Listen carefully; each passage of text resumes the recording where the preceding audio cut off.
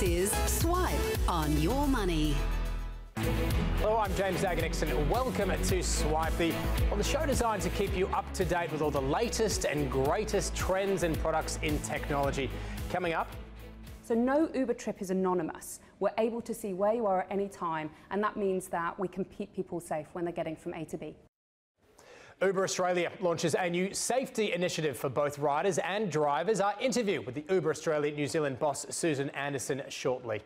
Plus, with millions of viewers around the world and revenue set at $1.5 billion by 2020, the esports industry is by no means slowing down.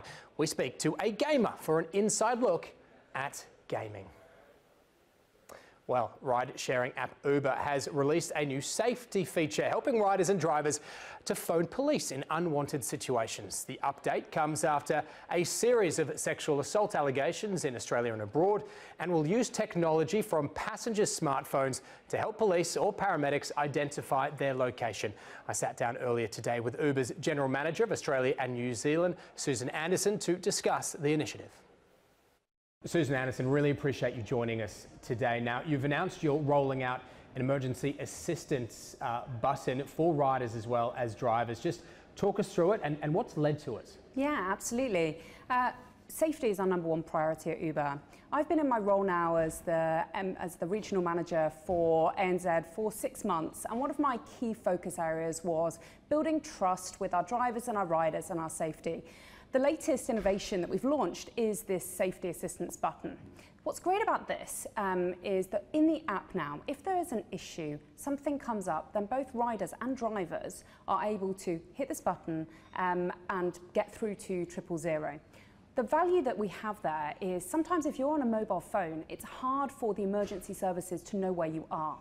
And so when you hit this button, you can now see GPS location, accurate information so that you can provide that to law enforcement in order to get the help you need fast. This has been in other markets. I understand the US is where it understandably sort of started. I mean, was it in response to incidents? Was it in response to feedback that you were getting, or was it something that sort of happened organically through the company? We are the second country to launch the driver SOS button after the US, and actually the first location to launch both the rider and driver at the same time. This was the #1 request that we heard from drivers and riders about what they wanted in order to feel safer, and complements the existing range of safety features. So every driver who uses Uber has been background checked and has gone through strict screening in partnership with local regulators. All of the trips are fully insured, but also GPS tracked. So no Uber trip is anonymous. We're able to see where you are at any time, and that means that we can keep people safe when they're getting from A to B. What about from the law enforcement side? I mean, what's its response been? Interestingly, within Uber, we have a large law enforcement outreach team. We actually have, based in Sydney, a detective who was 15 years in the New South Wales force, works within Uber to provide work with law enforcement. And that's not just on-trip activity, that's actually, we can support law enforcement with our technology providing valuable information around missing persons or helping with other intelligence or crime in order to kind of build evidence. Because we know that having GPS data is a really valuable tool for law enforcement. So they are really working with us in a collaborative way. We invest in this space to make sure that Uber is playing a great role in the community. When you look at safety and addressing safety concerns, I mean, do you see that as a potential competitive advantage against other new and as well as established entrants into the market? Absolutely. We know that people need to feel safe when they're moving from A to B, and our drivers deserve to be safe whenever they are using the Uber app in order to earn. So I take that extremely seriously, and that's why a lot of my first few months has been focused on trying to build out and bring new technology to make sure that Uber is one of the safest ways to get from A to B. How important are these new initiatives, new products, partnerships as well when it comes to staying on top? I mean, how do you place or how do you view the strategy behind it? We have a few cultural values. The things that we focus on a lot is our customer obsession. So looking at what are the issues that are facing people today in Australia and how can Uber technology help solve them? And if we think Uber Eats, that started from how do you get healthy food to people or a range of food to people quickly? The second thing that we look at is big, bold bets. Now, when you're taking big, bold bets, some of them are going to fail. our first version of Uber Eats failed. We called it Instant Eats, where there was a set amount of food that we had in existing cars that were driving around. And so on one particular day, it could be world-class sushi. On another day, it could be some other food. We tried it, it was okay, but what we found is that people wanted choice. And so out of that, we came to our new solution. We've also got a lot of innovation in the business space. We have an Uber for Business product. It means that businesses can use Uber to get their employees home safely or to use kind of moving people around. For instance, Suncor is one of our biggest customers in the Uber for Business space, and they use Uber to try and help people when they've had an accident and they need to take their car into the repair centre.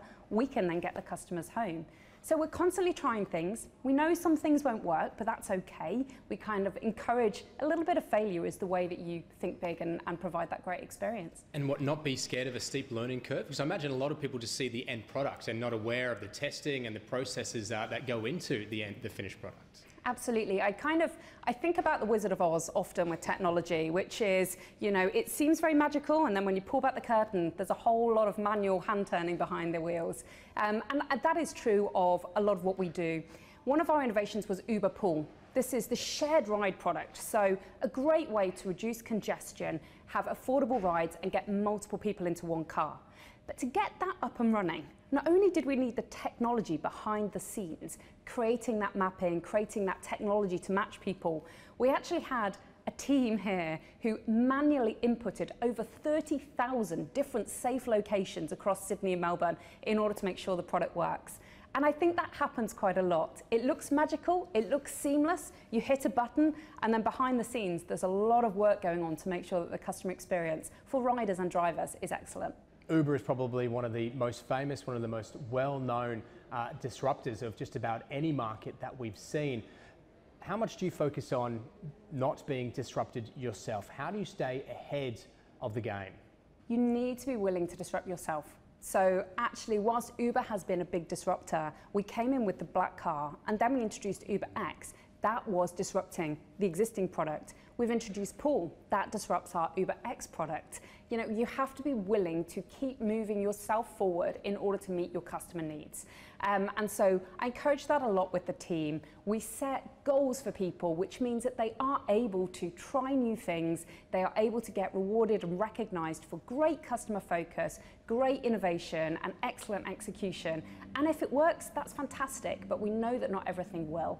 And so we are always looking for where can we be better, both on the small things that actually make a big difference to customers. If I think about the innovation in Uber Eats, food delivery had been around a while, but not delivered within 15 minutes with a variety of choice. It's sometimes thinking about those small things and making them magical, which is where the real innovation and difference can come.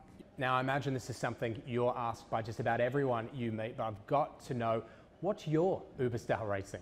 My rating is 4.84. So pretty proud about that. I spend a lot of time talking to our drivers, understanding why they choose the Uber platform to earn. I hear some amazing stories I've been in Uber cars with a singer who gave up her sales job because she really wanted to focus on being able to pursue her singing career, and she just didn't have the flexibility before. Or there was a guy he was suffering from stress, and actually his doctor had said, you need to slow things down, and he sold his business in order to drive on Uber, and it's changed his life. He does yoga. And so, I like to talk, I like to understand what's working, what's not, and so, I work hard on my Uber rating. Susan Anderson, well, we do appreciate you talking to us today. Thank you very much. Thank you very much. Well, a tweet is costing Elon Musk a chairmanship and about $20 million. The US Securities and Exchange Commission has reached a settlement with Tesla and its high-profile CEO over his tweets about taking the company private. Back on August the 7th earlier this year, Mr. Musk posted the now infamous tweet saying, "I'm considering taking Tesla private at $420, funding secured." Now, the suit by the SEC had sought to bar Mr. Musk from serving as an executive or director of a publicly traded company, but of course they have reached this settlement. Well, for more on that story, plus what else is making headlines in tech at the moment, we're joined by News Corp National Technology Editor James Daggar-Nickson from our Brisbane studio. Jen, thanks very much for joining us. Long day for you. Let's talk Tesla. Let's talk Tesla. In particular, was this inevitable? Was he a shooting star that was always going to burn bright but short? Look, it's kind of like his flamethrower that he put out earlier, which later got sold as not a flamethrower because he couldn't actually ship them that way. He's been doing some pretty erratic things, and I think it all comes back to, in an interview, he admitted that he sort of works 120 hours some weeks, and I just don't think that that's particularly sustainable if you're a maths wizard and you work out that that's a hell of a lot of hours every single day. Sometimes people do need to sleep, and maybe he should have had a bit of a nap before he actually started putting out $20 million tweets. Is this, I mean, this isn't the first time we've seen, and speaking to various investors, the idea that when a startup gets to a certain level, a certain scale, quite often the founder kind of needs to divorce themselves a little bit to some degree, and you bring in people with a bit more experience in actually running a publicly listed company, not dissimilar to what we've seen with Google, now obviously Alphabet. Yeah, it's interesting, though we don't really get these characters in technology companies that often. So, of course, Steve Jobs comes to mind, and there's Bill Gates. I mean, Elon Musk is really definitely a character, and he's one of those people that you really associate with Tesla, even though he didn't found the company himself. I think he owns about 20% of it, and he's still the CEO. Yeah. I think that, yeah, definitely at one point you need to hand off various parts of the company to people who can run them. And he does seem quite unfocused. So even though, you know, Tesla has you know, several main businesses, he keeps kind of spinning off into hats and flamethrowers and, you know, the boring company, which is actually sort of boring into the ground, and all of these fantastical projects. Even we saw, you know, the mini submarine around the Thai cave rescue. It's interesting to have sort of a Bruce Wayne amongst us, but maybe he needs to slow down a little bit and just focus on what needs to be done with Tesla, because as I understand it, they've got a lot of debt as well. I thought he was the Tony Stark. I thought in the superhero, the Marvel universe, whatever it is, DC, he's Tony Stark. We got to move on, because I want to talk Facebook. I mean, everyone well aware of the massive hack, right? The 50 million accounts that were breached. Well, you can now, on the dark web, which is a wonderful concept I've always, you know, been quite interested in, but never actually seen, you can actually buy account information for what seems to me the relatively cheap price of $3.90. Sure, look, it's a bargain. You get access to somebody's almost complete digital life with just this, less than $4. So it's not a great look, and this is not the only company that's involved, Facebook, so they're selling a lot of different accounts on the dark web. But this is in addition, so this isn't actually related to the 50 million accounts or the 40 million that may have been accessed on top of that. So you potentially, if you add up the 90 million accounts that have been affected by this breach, the accounts that are available for access on the dark web, and then the 87 million accounts that were affected by the Cambridge Analytica scandal, that's a lot of accounts. I mean, even though that Facebook, as I understand it, has something like 2.2 billion active monthly users, that's still it's sort of dwindling the number of people who haven't been touched by some sort of privacy or security breach. So it's very concerning, and particularly when you consider not just the public stuff that you've put on Facebook, but all of the private stuff and the things that you don't actually want shared with the world. And just finally, and I hadn't seen this one, you brought this to my attention, Netflix, the idea of bringing you content that you choose the ending of. It made me think of those fantasy novels when we were kids, where you could decide kind of what storyline you went to by what page you were told to go to. I mean, how does this work? It's really fascinating. I mean, with those choose your own adventure novels, I would always keep a finger in the page just to make sure I could flick back to it if I didn't like the ending. They're going to do this with a kids show, and that's the way they're going to start it. But they're going to apparently roll this out with Black Mirror. And if you know anything about this show, it normally ends badly. And it's to do with technology and all the horrible things that come from it, essentially.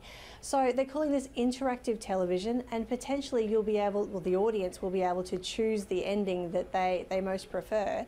Maybe it'll sort of bring about a bit of a happier ending, but it's a really interesting one, because they'll have to film all of these different versions of the ending, and it could be quite costly, but a really interesting experiment.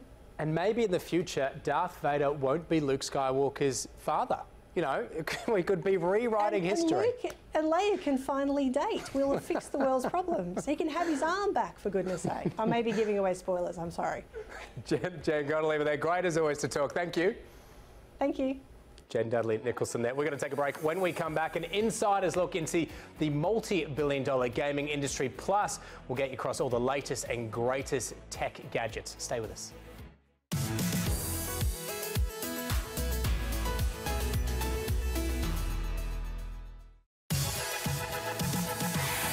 And now, more Swipe on Your Money. Welcome back to Swipe. Well, the video game industry is growing and fast with new products and technology. Players with celebrity status and millions of viewers worldwide. But what attracts people to watching other people play video games? Well, I spoke to video game streamer Lucy Dwyer earlier this week to find out. Lucy Dwyer, I really appreciate you joining me today. Lots to talk about, but just to start with, what got you into gaming to begin with? My brothers, actually. They were playing Call of Duty, which is a very, very popular shooter game based on war. And I'm not sure how a young teenage girl got involved with that, but I started to enjoy it, and here I am, playing it, yeah. Have you stuck with those games? I mean, what sort of games do you actually play? There's a very wide variety out nowadays. I typically stay with what's called FPS. It stands for first person shooter, but there's also games like simulation, like The Sims, classic games like that, that's really taken the esports world by storm. I want to get to esports in just a minute, but the attraction of gaming, it's just gone to a whole nother level in recent years. What is it, do you think, that's really getting people hooked? Yeah, absolutely. Well, it's almost based on, it's not that dissimilar to traditional sport. The idea where you might play local footy during the week and then watch the grand final on the weekend. These esports games that it's based around, you might play these games on your home computer and then watch them played at a competitive level and have a chance to maybe bet on it and just see it in a different way. So let's talk esports. For the uninitiated amongst us, just explain what it is and just how big it's become. Esports is huge. It's basically, to sum it up, it's the idea of playing computer games and video games at a competitive level. So there are big names, there are stakeholders, it's for the win. It's not just playing in your bedroom anymore. These people play 18 hours a day. They're absolutely insane. The esports market, well, I mean, they've got talent and you've got to give it to them. But the esports market was valued at $500 million in 2016. And it was still in its formative stages. And, you know, in 2 years' time, it's still going to be in its formative stages, and they're valuing it at $1.5 billion US at 2020. That's extraordinary. So for those lucky enough to be on an esports team, it's a job, it's a profession. Oh, absolutely. The top tier players are getting 6, if not 7-figure salaries from sponsorships and advertising, and it's a big boys game now. So how many people are we talking about in terms of spectators? Because something I've always grappled with is the idea of watching somebody else actually play video games. I mean, what's the draw there, the attraction there?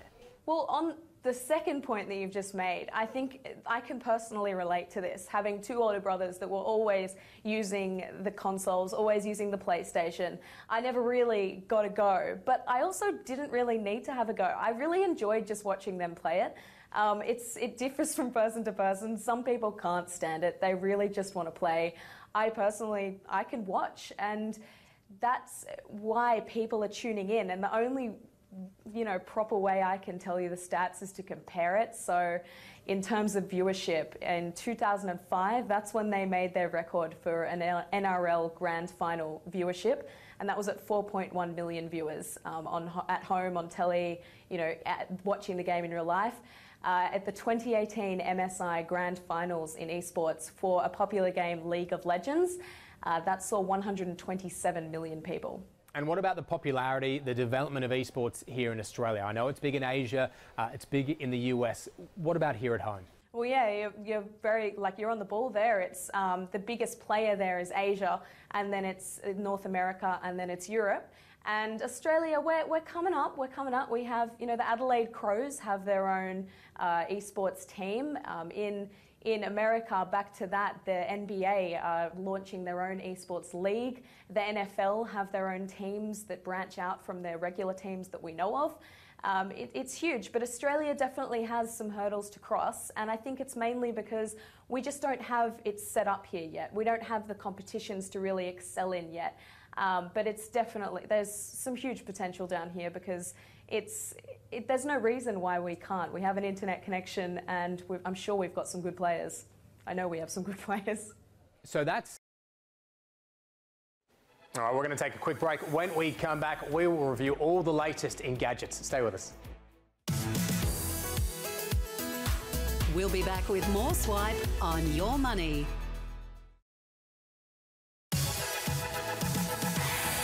And now, more Swipe on Your Money. Welcome back to the program. We here at Swipe are committed to bringing you all the latest and greatest in tech gadgets. And who better to kick things off than Val Quinn from gadgetguide.com.au. Val, thanks very much for coming in. Good to be here. We've got some cool gadgets here. We're going to kick off with probably the most famous phone ever. The iPhone, the new iPhone. That's right. So we have new iPhones. We have the iPhone XS, yes, the XS Max, which is a larger version, and then later this month, the XR. But we don't have our hands on that one yet. All right, so what do we have? Well, what I have here is this is the XS Max. So this is actually the biggest iPhone they've ever made. And what that means is we've got a 6.5-inch screen. So I guess Apple's customers have said, we want phones with bigger screens. Right, okay. However, this is also the most expensive iPhone we've ever seen. So this one, all spec'd up with the largest amount of memory, is $2369. So that's at the top end. You can get it for $1799 with less memory. So that's a huge price tag, the kind you'd spend on a laptop, for example. Goodness, mate. Is it worth it? Well, that's just it. So what's new about this phone, and will you notice a difference? I mean, first off, the processor inside is massively enhanced. It's called the A12 Bionic, blah, blah, blah, lots of specs, very fast, neural engine, da-da-da-da-da. So what that actually translates to is that it can do a lot of things better. So, for example, the camera gets new features. So the camera now, for example, if you take a photo into the sunlight, which is a bad thing, it can compensate. So it can do about 1 trillion operations a second to enhance your photos. And the other thing that it can do is called, you can change the depth of field, so the foreground and the background.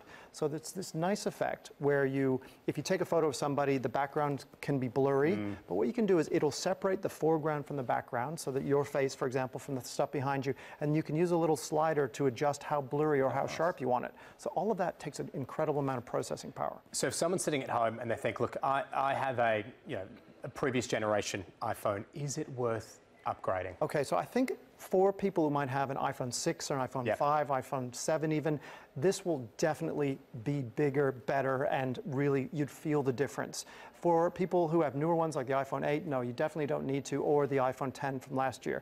There's a couple other new things in here. One is got dual SIM, meaning that you can have 2 numbers from 2 different telcos potentially to have like a work number and a personal number, or the spouse number and the... I was going to say, why we're getting into dangerous territory. So there's a few little tricks there. It's got longer battery life, about 1.5 hours more than the one before. So there are some definite enhancements, and the screen is fantastic. Beautiful watch. This is the new iPhone. Sorry, this is the new Apple Watch. Yep. So this is the Apple Watch Series 4. Yes. Now, from here, it probably looks like the previous ones. However, it is about 32% bigger. So this is a 44-inch, screen. Right. That's great to read. Gives you some more space to have what they call complications, which are little bits of information like whether it could be your Qantas flight status, for example, all those types of things on the screen. However, what I really find good about this watch is they've enhanced the sensors, especially around your health sort of things. So what that means is we know that watches can normally take your heart rate. Only in this case, the optical sensor that checks your heart rate has been enhanced, so it's better, and it checks your heart. I think it can do it like 32 times a second, and it's checking all day. So that's all great and everything. There's high and low heart rate detection. But what you also have now is a built-in electrocardiogram. Now, this is an electrical sensor. And what you do is you hold the digital crown and you complete an electrical circuit, and it takes a much more accurate ECG, which then you can share with your doctor. And in the US, it's FDA approved. It's got a de novo approval, meaning that you're allowed to use it over there. Here, not yet, until the body here approves it. However, what that can mean is it can kind of take the doctor out of the loop, and you can even get atrial defibrillation. So those types of serious kind of heart sort of issues can be notified. Now, one last thing. Yes. It has fall detection. So if I raise my arms and kind of go like this, it can tell when I fall on the ground, it can tell that I've fallen, and it can call 000, or it can first check with me, and if I don't respond, it'll call 000. It'll also send it to my not next of kin, but your person you want to have notified. So some really good features there. Val, we didn't get a chance for the Bose Sleepbuds. We will get to those. We're going to get you back to those because they're very, very cool. People in the newsroom very excited about that. They will help you. Could change your life if you got a noisy environment. So yeah. There's the pitch. Val, thank you very much for that. My pleasure, guys. That's it for Swipe this week. Look, you can watch us anytime on 9 Now, Foxtel Go, and on the catch-up section of yourmoney.com.au. I'm James Daggar-Nickson. Thanks for watching.